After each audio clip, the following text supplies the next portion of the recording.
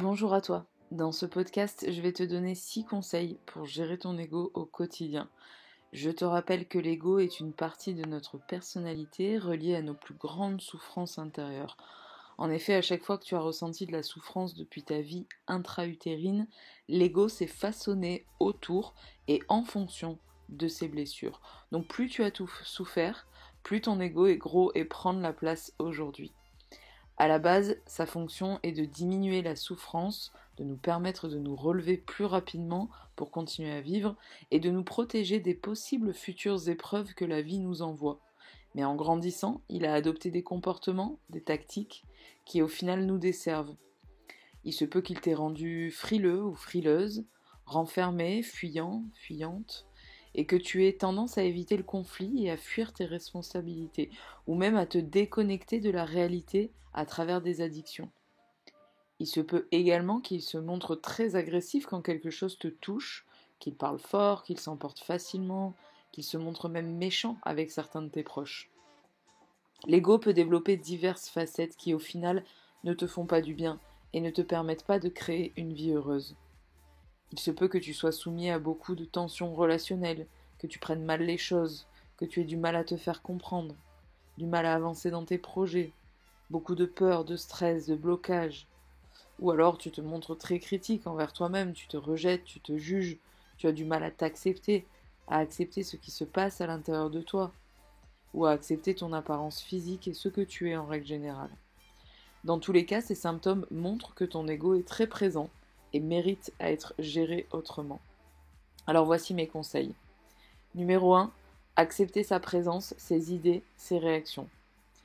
Accepter la présence de ton ego permet de te dissocier de lui, de ne pas croire que ses idées et ses réactions représentent ton entière personnalité.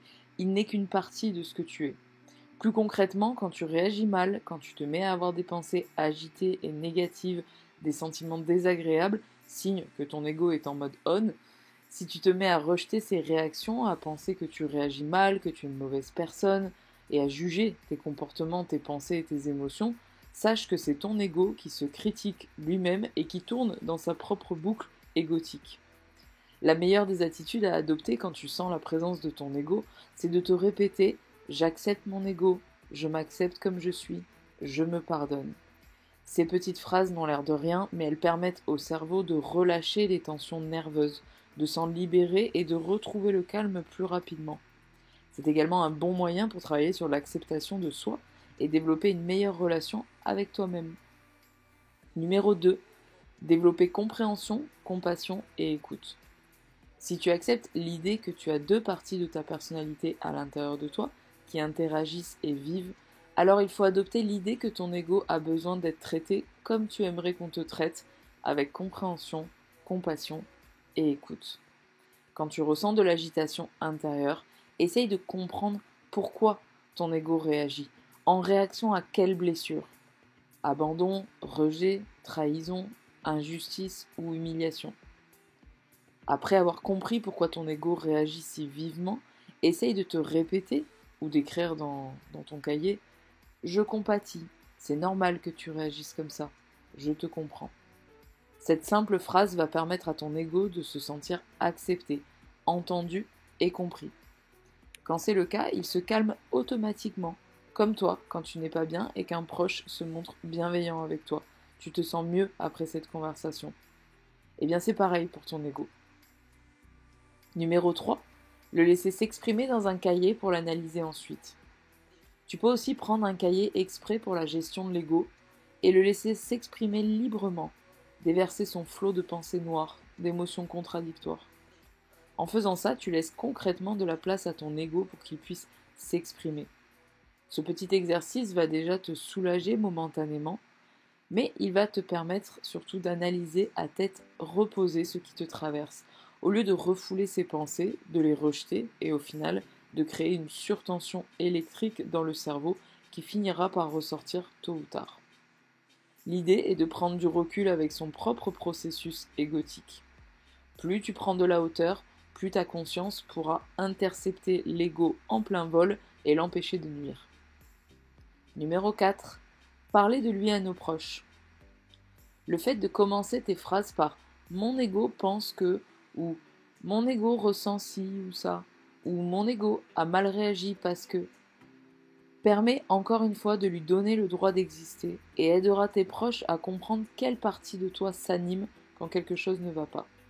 Ce principe peut entraîner des discussions très constructives sur la nature de notre ego, ses motivations, ses intentions, mais aussi celles de ton interlocuteur. Le but étant d'apprendre à composer avec cette partie de notre personnalité que chacun possède et qui crée du remue-ménage dans les chaumières. Numéro 5. Le remercier régulièrement de faire ce qu'il peut pour nous aider. Toujours dans ton petit cahier spécial ego, tu peux noter une fois par jour un petit texte de remerciement et de gratitude pour le remercier de ses bons et loyaux services. Rappelle-toi qu'il te mène la vie dure et emploie de drôles de méthodes pour résoudre les problèmes.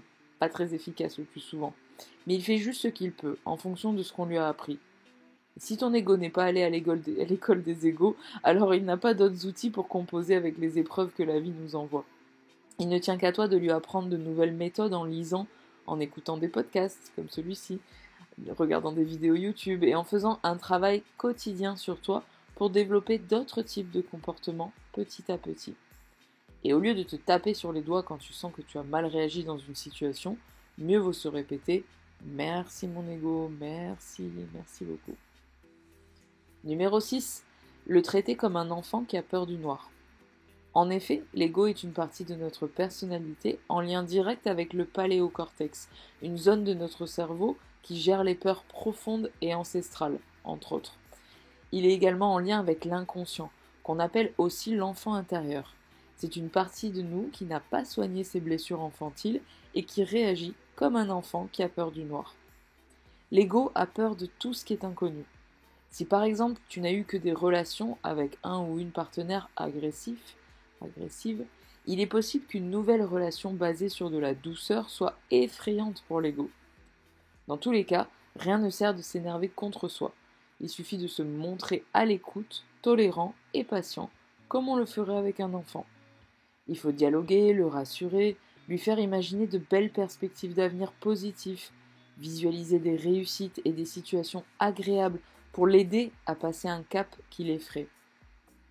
Voilà, j'espère que ce podcast t'apporte quelques pistes pour apprendre à gérer ton ego. Je te conseille de lire mon e-book « Je coach mon ego » qui est en vente sur mon site internet parce qu'il est rempli d'exercices pratiques qui permettent de se reprogrammer neurologiquement parlant et de développer tolérance, acceptation et une compétence en maîtrise de soi. Je vais également lancer un programme « Je coach mon ego » qui durera 1 mois et 100% en ligne. Le programme il sera constitué de 5 à 5 pages par jour à lire sur le mécanisme neurologique et psychologique de l'ego. Il y aura aussi un exercice pratique à réaliser à la maison qui ne te prendra pas plus de 5-10 minutes. Un audio d'autosuggestion à écouter une fois par jour. Là encore, l'audio dure maximum 10 minutes pour travailler sur différentes sphères de ta personnalité, la confiance en soi, la gestion des émotions, la communication, etc. Il y aura également une séance collective en Zoom de 2 heures par semaine pour débriefer, revenir sur certaines thématiques ensemble, apporter des réponses à certaines questions, prendre exemple sur d'autres et leurs techniques pour surmonter ces crises personnelles. L'accès à un groupe WhatsApp pour échanger et se booster à réaliser les exercices tous les jours. Et en bonus, tu auras une recette gourmande et liquide à tester chaque semaine, un milkshake, un smoothie, un chai latte, à siroter devant notre séance de Zoom ensemble. Si ce programme t'intéresse, n'hésite pas à me contacter via le formulaire de contact sur mon site internet. Et si tu as des questions, si tu as besoin d'un accompagnement individuel et personnalisé, n'hésite pas également à me laisser un message sur ce formulaire de contact. Je te souhaite une bonne journée, je te remercie pour ton écoute et si le podcast t'a plu, bien entendu, n'hésite pas à le divulguer et à le partager au maximum, ça m'aidera à agrandir le réseau. Je te dis à très vite.